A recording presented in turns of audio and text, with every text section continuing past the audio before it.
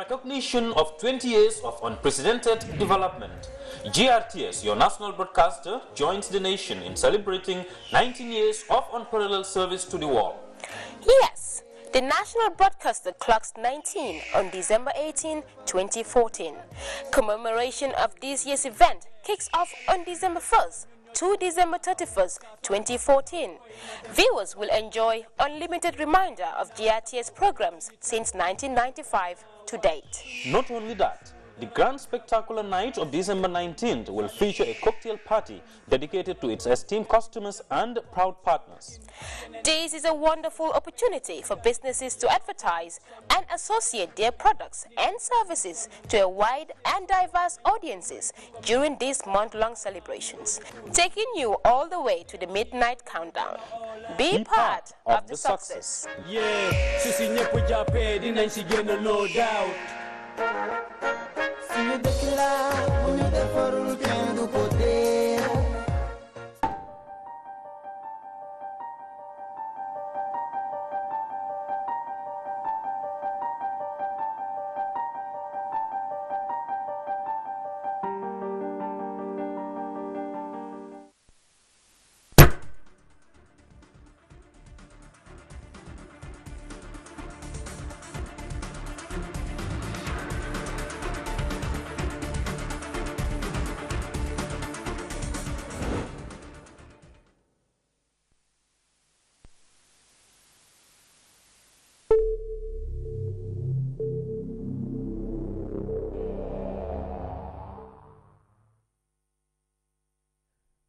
Viewers, and welcome again to Discovering Truth, and I am Pastor Forbes from Abiding Word Ministries. To our young people, we will try and finish the series that we started discussing what I call the 9 attitudes that can kill a vision in your life almost before you start. But we're not looking at them so much as negatives, but as warning points that we can use to transform our lives by the grace of God. We are down to 3 weeks to the end of 2014, and I am just so grateful to God. It's been an interesting year, and whether it's been super great for you, whether it's been middle level, mediocre, whether it's been a difficult year for you, the attitude of thankfulness and gratitude must always be in our hearts, because after all, we are still alive. I don't have any personal contract with God that assures me of tomorrow. All I have is today and the breath that He gives to me, and I can't pay Him. God has not charged me or sent me any bill for oxygen since I was born 50 years ago. So I'm grateful, and I'm sure you are all grateful. And as we walk towards the end of the year, it's always a good time to take stock of your life, to look back and assess yourself, check your balance sheet. Is it in favor of the positive or the negative? Are there things that you need to finish before this year ends? And I particularly and personally believe that with the strength of God, the grace of God, if you ask Him and I ask Him, He can help us wrap things up nicely so that we will all see 2015, which apparently is the year of our jubilee as a nation. So it's something we are all looking forward to. Gambia will be 50, and jubilee has a very special meaning, because it's not a wedding anniversary term. It's something that God Himself gave out, that after 50 years, on the 50th year, certain things should happen. And we would do well as we plan the Jubilee to look well into what God says about Jubilee, so we just don't say it, but it becomes a reality in our national life. Having said that, let me invite you. Abiding Word Ministries, our annual convention, Destiny, comes up from the 18th and the 19th and then the 21st of this month, December. We've pushed it very close to Christmas. Thursday the 18th, Friday the 19th, and then Sunday the 21st are the open meetings of the convention. And we are expecting a very good friend of mine, Prophet Shammah Bennett from the USA, and we'll have a great time together. Of course, I don't need to tell you, Abiding Word Choir will be there, I will be there, guests will be there, and we have a great time. The meetings start at 7 p.m. every evening, Thursday 18, Friday 19, and Sunday 21st.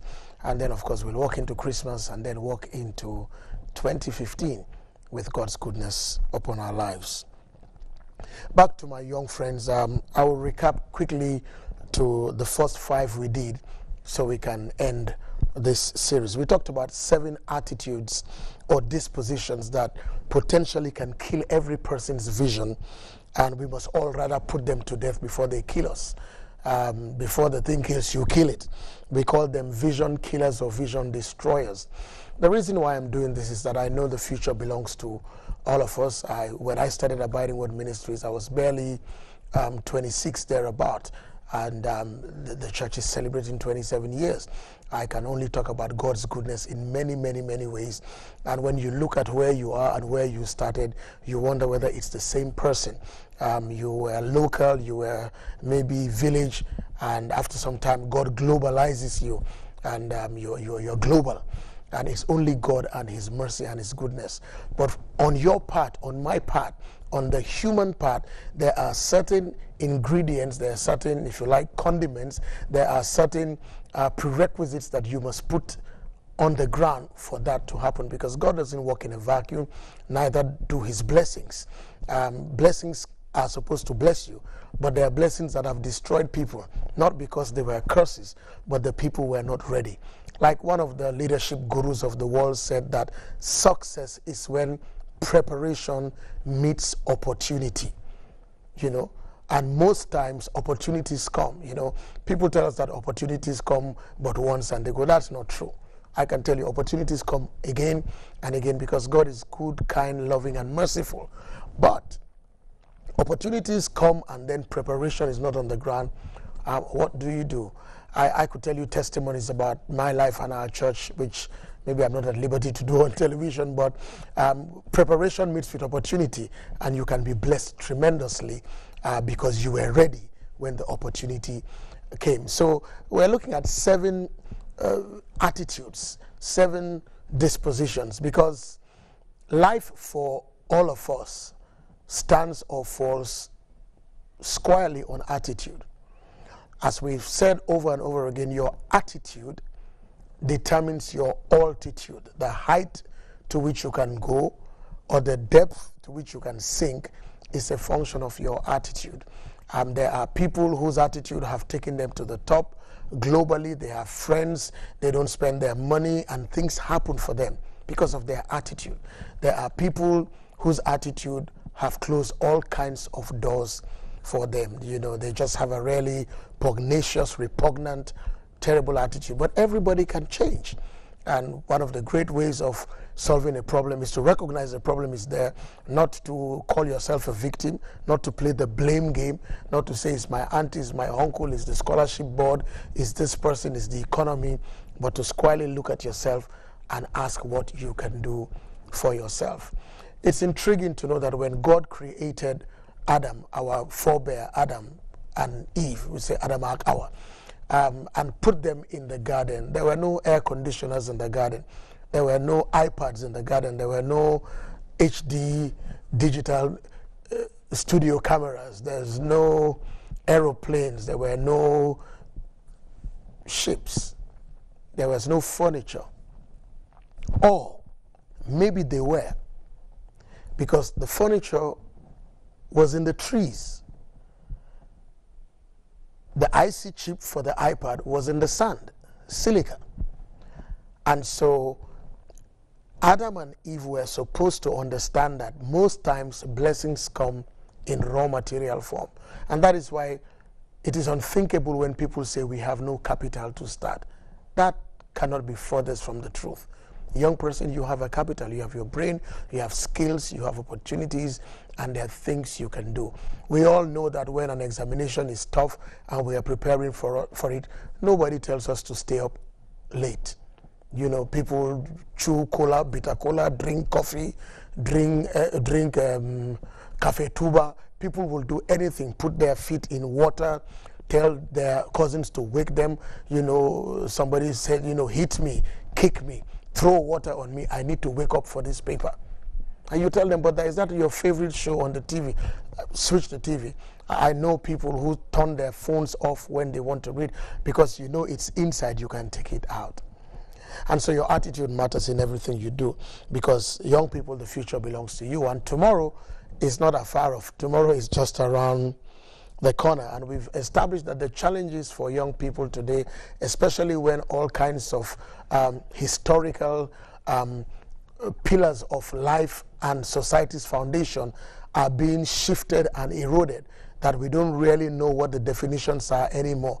You know, when I was growing up, I knew what a couple was. I knew what marriage was. I knew about husband and wife.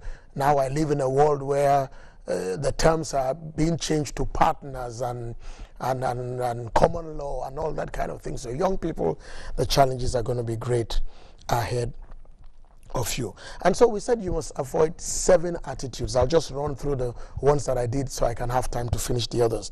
The first thing we said is that please do not pick up the attitude that says, what is in it for me? Lumafa am. Before I do something, wait till you go give me. What will you give me for I do? You don't start like that at a young age. It will destroy you, because you will have an Ishmael instead of an Isaac. You can be shortchanged in life. You can have the flesh instead of the spirit. You can have the arm of man's power instead of the blessing of God. So that attitude, we've talked about it, so we must not, it's a negative attitude. You must not have it. It's a selfish attitude. Number 2, we said another attitude that kills vision is when people are risk averse. You can never do anything in this world that will not have an element of risk. In everything, high finance, high risk, high investment, high risk. I mean, you want to, even people who do very risky things that people don't expect them to do, like all these things about back way to Europe and all that, it's high risk.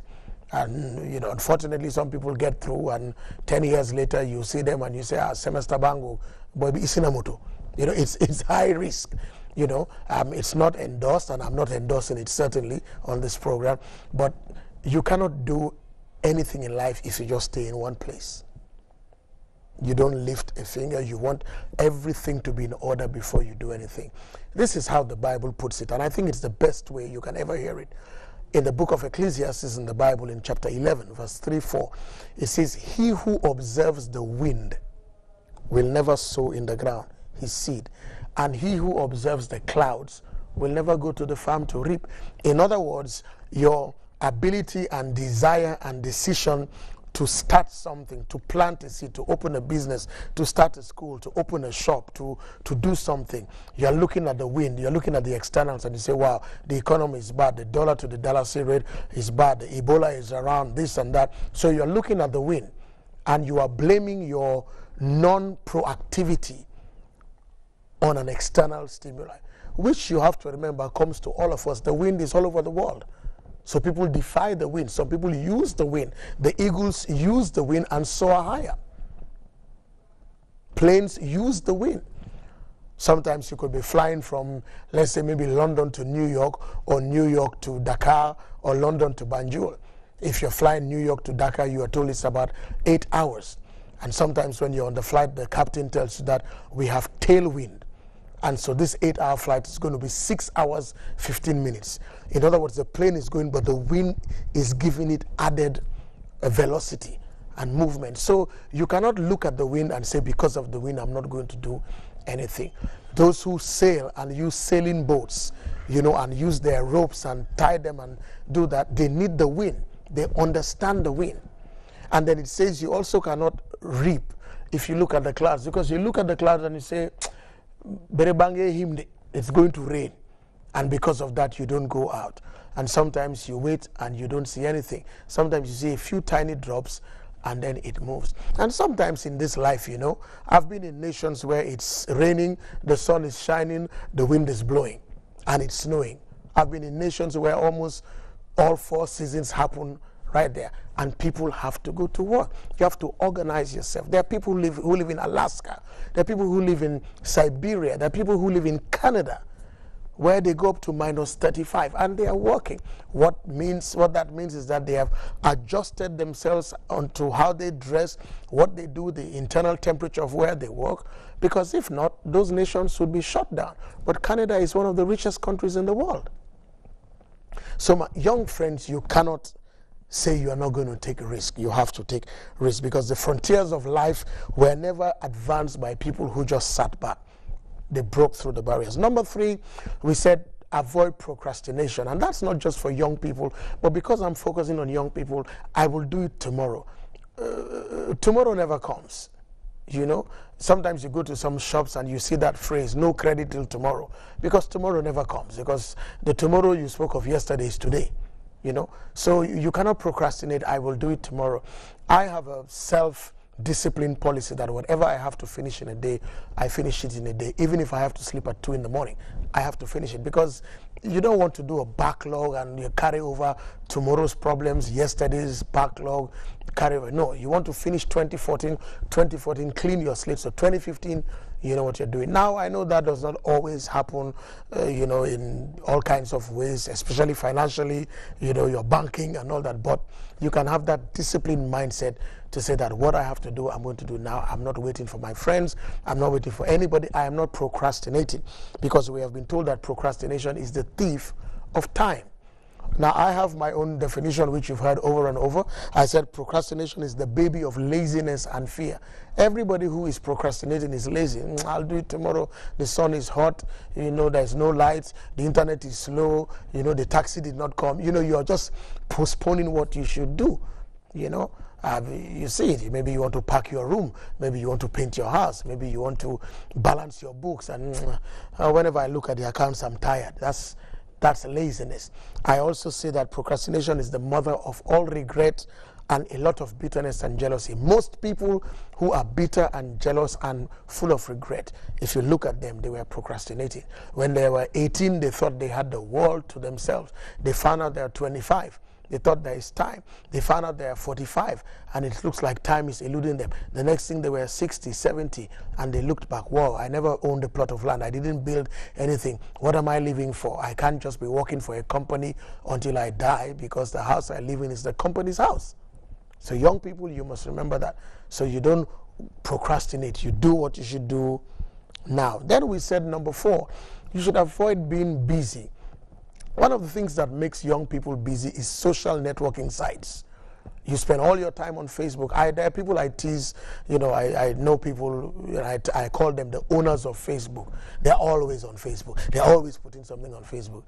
Meanwhile, the guy that owns Facebook is about, I think he's about 30 now, 29. He's a billionaire with a B, not M. He is a billionaire. His name is Mark Zuckerberg. He is probably not on Facebook as much as a lot of us are. Videos and this and that, and the time it takes. So you find that you are busy, but you are not effective, because busyness is not being efficient and effective. It's not being productive. Life is about fruits and yields and results. So avoid the barrenness of busyness. Then we said number 5, young people, you must master self-control. I am a pastor. I have met so many people globally. I have counseled so many people. This is my 27th year of pastoring. I have met so many people, and I have seen people destroyed for lack of self-control. I've seen people who had everything great about them. And it's not just a moral self-control. Sometimes it's not just even a financial self-control. I've met people who've destroyed themselves by their mouths, just by how they talk frivolous. The great potential was coming their way. Maybe somebody was considering to marry her or marry him.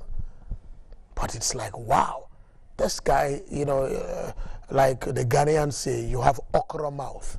It's just, you know, it's slimy. It just says anything, it does not know boundaries. Young people, you must have self-control. Not everything you hear must you repeat. Not everything must you even want to hear. You must take your brain and your life like your hard disk. You know, a lot of things are maybe junk files. They are spam. They are just there. You need to get rid of them and keep on the track of your life and put things that will build you for tomorrow. And so self-control is important because life's blessings are numerous, but they are time-bound and time-based. That is why a 5-year-old cannot be married. That is why a 9-year-old cannot be married. It's child abuse. That is why a 13-year-old cannot be a father. Maybe he or she, as a boy or girl, can do what will produce children, but becoming a father and being a father are two different things. I mean, can you imagine a company that's headed by a 6-year-old? You open the door and this is the managing director. He's 6 years, he's playing, he has his finger in his mouth and he's Game Boying. You cannot. So you must have self-control that certain things are for certain times. This is how the Bible puts it, that all things may be lawful, but not all things are expedient. It's not the right time. There is a timing. This book I'm talking about, Ecclesiastes, in its 3rd chapter, almost the whole chapter talks about time. To everything there is a time. To everything there is a proper season. You know, if you pluck a mango at the wrong time, all kinds of things happen. You can have thrush in your mouth. You can even have a tummy upset. You call it flux. You put pepper and salt, but it's not the time. When it's ripe, it will fall by itself. You don't need. When a baby is to be born, the baby will be born. The doctors may tell you it's going to come on this day. This is the EDD. And the baby says, well, you have your EDD. I am coming at my own time because it's God's time. So young people, you must have self-control. You must know when to say no, how to say no, why to say no, where to say no, and to whom to say no. That word NO must be very important in your life. Not in a confrontational way, but in terms of preserving your dignity, your pride, your decency. If you're a young girl, young boy, your virginity, you must be able to say no. You must be able to say no. I can't, I will, I am unable, I'm sorry. You must be able to do that. If not, you are going to find out that the older you get, the more options that come your way that will really tend to destroy you. Number 6, second to last, is what I call broken focus. There are people who, a person who is suffering from a broken focus is somebody who tries to be a jack of all. You met him last week, he was trying to do TV. The next week you meet him, he's repairing bicycles. The 3rd week you meet him, he's trying to be a purser on an airplane. The 4th day you meet him, he's painting. It's like, you know, I know you want to multitask and you want to bring multi-streams in your life, but you must have a focus. You must have a focus. Anybody who has a focus because there's a target before them. This camera that is bringing me to you, if the cameraman adjusts, changes the focus of the lens, I get blurred. Not me, myself, I'm okay. But you'll see me blurred and you probably try to squint your eyes to accommodate me. No. And, you know, the focus is not there. But when something is focused, you will know. When it hits in some machines, a light will come on. In certain technologies like satellite, when you lock in, a light will come on. You know you are focused. You know, so you can see people say, I like that girl. When I talk to her, she's focused. She knows what she's doing. I like that man. He sounds very focused when he talks, you know. But if you are like water, just falling everywhere, then young people, you don't even know where your strengths are. So you must be focused on what you're doing and give it your best shot. Give it your best shot. And you'll cultivate a sense of focus. If not, indecision and double-mindedness will come your way. So you must be focused. A focused lady, a focused man is diligent, is determined, is businesslike, is not bothered by a temporary setback, because the setback is only temporary. You can rise again. If we fall, we rise again. If at first we don't succeed, we try again. I mean, you can go. There is a scripture to back this. The Bible says, rejoice not over me, my enemies, for if I fall, I shall rise. The Lord would lift me up. So you must be focused. You must be focused. As I've always said on this program, you know, die, but let them write on your tombstone that he died in the direction of his dream. She died in the direction of her dream. But if people meet you, they don't know what you are. You are hot, you are cold, you are white, you are black, you are on, you are off, you are dark, you are light. You know, it's broken focus. And broken focus will not take you far, young people, because the future is yours.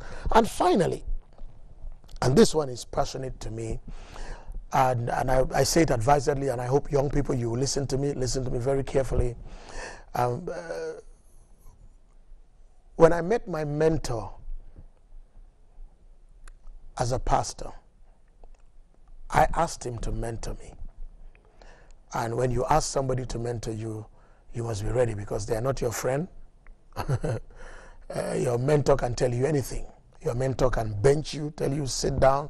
Your mentor can give you things to do that you think are impossible, but he's pulling the strengths within you because he knows it's there, or she knows it's there.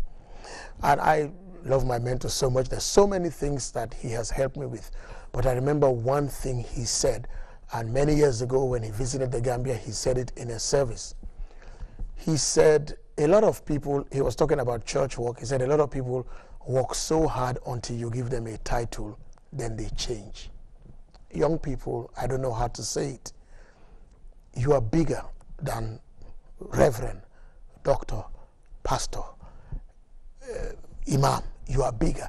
Those are titles that allow us to function maybe in offices.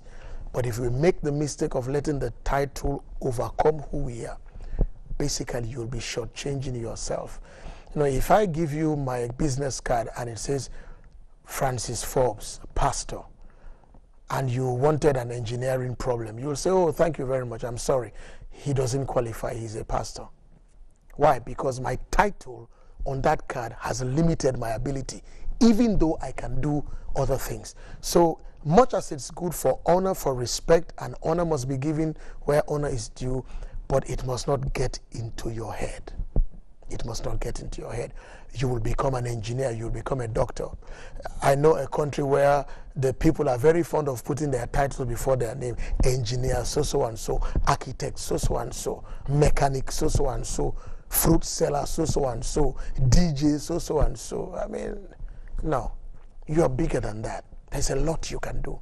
So as you grow, when you get that degree, put it aside. If somebody doesn't call you by your degree title, you are bigger than that. Because at the end of the day, if you do 7 things, how many titles will you give yourself? So young people, I want to stop here. The future belongs to you. Fight these attitudes and you'll be on the winning team. I want to stop here. By God's grace, next week I'll pick up something else. Until I come your way next week, Pastor Forbes saying have a good evening. God bless us all. And please join us in Abiding Word Ministries 18, 19, and 21st of this month at our church in Bakau, 7 p.m. midnight. God bless you. Good night.